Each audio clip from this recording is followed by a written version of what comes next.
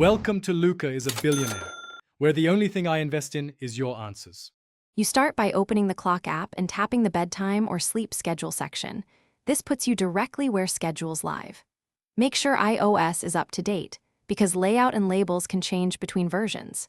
If you use focus or screen time, have those settings visible so you can adjust interactions. Once done, tap Edit Schedule to begin closing a bedtime so you modify the actual schedule rather than just turning off a notification.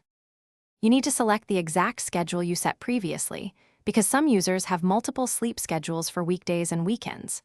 Tap Edit Schedule, then either toggle off scheduled sleep or use the option to delete the schedule. Toggling keeps the data, deleting removes it.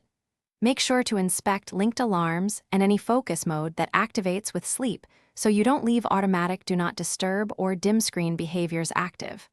Once removed, confirm by returning to the Clock Main tab. You finish by checking that sleep focus is inactive and that no bedtime alarm or notification remains scheduled. Open Settings Focus to verify.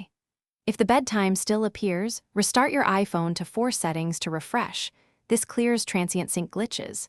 If problems persist, open the Health app, go to Sleep, and reset sleep settings or remove schedules there, because Health can reapply profiles. If none of that works, sign out of iCloud, then back in as a final troubleshooting step to resync preferences. Thanks for watching, and please subscribe. It's the best investment you'll ever make.